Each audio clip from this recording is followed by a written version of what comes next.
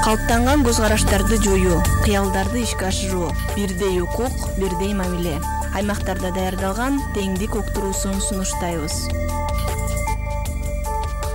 Саламатсыздарбы? Сиздер менен Куланак жамааттык мультимедиа борбору. Кыргыз Республикасынын үй бүлөлүк кодекси 85-берени жашы жетпеген балдарды багуу боюнча ата-эненин милдеттери. Ата-эне өздөрүнүн жашы жетпеген балдарын багууга милдеттүү. Жашы жетпеген балдарды багуунун тартиби менен түрү ата-эне тарабынан өз алдынча аныкталат. Бул боюнча юрист Айбек Өмөралиев төмөндөгүлөргө токтолду. Ата-эне өзүнүн жашы жетпеген балдарын багууга милдеттүү да мыйзамда так көрсөтүлгөн. Элде ошондой түшүнүк пайда болуп калган, алимент десе алиментти эркек эле киши төлөйт депчи. Андай эмес, атасына дагы, энесине дагы тийиштүү да. Алиментти ажырашып, никелери бузулгандан кийин, же эки бөлөк жашап калганда, жалпак тил менен айтканда ажырашкандан кийин гана өнөт төлөш керек деген түшүнүк бар да. Андай эмес, мыйзам боюнча дагы чогуу никеде туруп чогуу жашап аткан учурда балдарды камсыздабаса дагы ошол учурда да өнөт да.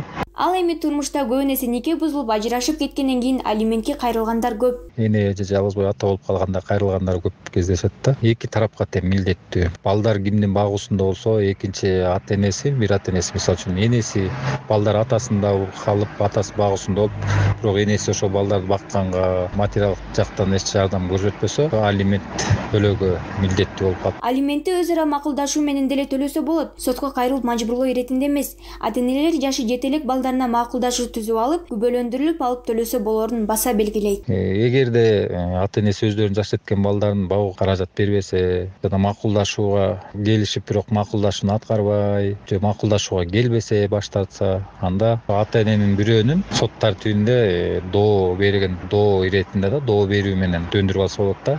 Сотко айла жоктон кайрылууга туура келген деп эсептесек болот да. Анткени өз ыктыяры менен бакпаса, макулдашууга келип, же макулдашууну аткарбаса, уже анда сотко доо иретинде кайрылып, анан алимент боюнча соттун актысын чыгарып төлөтсө болот да. Ал эми алименттин өлчөмү сот тарабынан чечилип кабыл алынганда, алименттин өлчөмү көрсөтүлөт. Алименттик макулдашуу болгондо жашы жете элек балдарга алардын ата-энесинин ай сайын бир балага ата-энесин иштеп тапкан жана дагы башка кирешесинин 4/1 бөлүгүн өндүрүлөт. Бул жерде эмгек акысы эсептелбейт, башка тапкан кирешелери да эсептелиниши керек. Ошо кирешелеринин эмгек акысынын 25%. Эки балага болсо, анда ошо кирешесинин 3/1.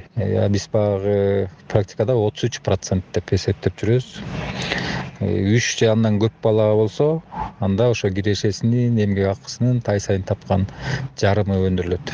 Ошо 50% өлчөмүндө да. Сөзсүз ушундай болуп өндүрүлөт деген эмес. Бул жерде баягы ар кандай жагдайларда болушу мүмкүн. Тараптардын, мисалы үчүн ата-энелердин ошо кимисинин алимент өсө, ошолордун материалдык үй бүлөлүк абалындагы сот карап, алименттин өлчөмү мисалы үчүн азайтылышы да мүмкүн, көбөйтүлүшү да мүмкүн да. Алимент үй бүлөлүк укукта багуу каражаттары, никелешүү, бала асырап алуу жана башка алименттик мамилелердин негизи болуп саналат. Алимент алууга жашы жете элек балдар, айрым учурларда үй бүлөнүн эмгекке жарамсыз мүчөлөрү укуктуу. Даярдаган Датхай Морозакунова.